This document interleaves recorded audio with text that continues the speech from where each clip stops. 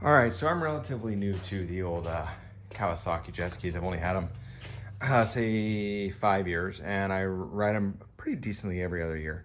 And I've had this 650 that is essentially bone stock and is around like a champ.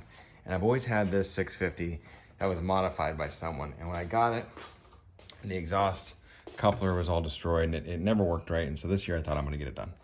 So I get everything into it and I get it working. And long story short, actually, this seemed to have a piston in it when I got it. So I ordered a piston and all that type of stuff. And so long story short, when I got it running the first time, which was last week, forgive me, I ripped all these coolant lines out. There wasn't a whole lot of water going through the coolant line. So I ran it for a couple minutes and it just, there was a little bit of water going through it, but not a whole lot. But I didn't have a piston, so I didn't really have a way to kind of tell if it was more or less in comparison to that blue one. So long story short, this has a Mariner head on it, a full PJS exhaust, and a stock, I guess you call this an exhaust manifold. So I've went and cleared and checked everything. In fact, you can see here, I've got a hanger through the water inlet here just to prove that I checked it. The elbow here that goes onto the jet pump is completely clean. I was hoping to find something there. I've checked all the piping. Obviously this is the not drain tube, but siphon tube for the bottom part. The jet looks normal and nothing's broken off here. The pipe that goes into that is completely clear. So the next day after I put the piston on, it actually started pissing water a little bit. I've ran on a hose for a minute and it runs beautifully fine on a hose. Although the exhaust does look a little steamy, a little wet. So I'm like, okay, maybe it's running rich. So I trained the carburetors up and I finally get on the lake the other day and end up running into some guys from a local shop. He was a mechanic. He said, hey, maybe one of the gaskets that goes between the water jackets is clogged or blocked or improperly put in. I thought, you know what, that's not the world's dumbest decision. So I wouldn't shock me. Now, obviously no water comes through here because we got an aftermarket exhaust. So we kind of ignored that. The gasket that goes on that is, God, it's gonna be a long video, so sorry, is this one. And I got a new gasket kit on order, right? So that's this one, although it went this way because you can see the marks. So I pull that off and I pulled this piece off here and it is coming off more and more because it's the second time I've got it off. And hey buddy, wait 1 second, I'm taking the video. She's getting her nails done, bud. Getting her nails done. Sorry, my boy just woke up from his nap. Put this on to show my neighbor to get an idea as well. Okay, so this is perfectly fine.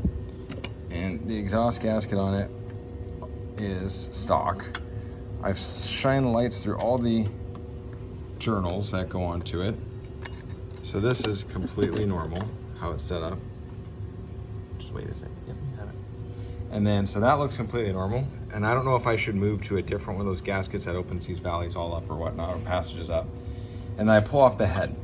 And the head is where things get interesting because essentially, I have a bit of a blown head gasket. So I guess my question is this. Again, this Mariner head, everything's relatively clean in there. And I decked it. I checked all the decking on it, and it's completely flat using machinist edge. So the exhaust gasket was incorrect here. But my curiosity is this. I can't find anything incorrect with this except the blown head gasket. So my question is this. Could exhaust gas coming into here overpressurize the water jacket and basically make it so the 5 pounds or however many PSI of pressure coming from the jet for water is overpowered? And that's my question, because that's the only thing I can think of, and I'm trying to find what do they call it, a smoking gun on this one before I put it all back together. So would love it if anyone has any information on this at all. Obviously this thing's not perfect and I'm certain you can find a whole bunch of things I did wrong, but right now this is the only thing I'm worried about is how do I make sure this thing stays cooled. I would like to dual cool it, but I need to get a single cooling working first, right? And if this is the issue, it's the issue. And so, oops, wow, that's way too fast in there. That's what we want to figure out. So any information on that, if that would stop that, This is awesome. Also, yeah, I'm gonna send this to Ericsson Machine because they do a lot of great work, man. If you manage to happen to see this video ever, please comment and let me know what you think on it, because you've been a great help to me, just learning how this stuff works. And I'm pretty mechanically inclined, but this one's kind of confusing me. It's not confusing me so much, it's just, you've seen 1,000 of these, I've seen 2 or 3. So yeah, if you comment, that'd be awesome. Appreciate y'all for watching, looking, and seeing if you can help me fix this. Thank you so much. Bye.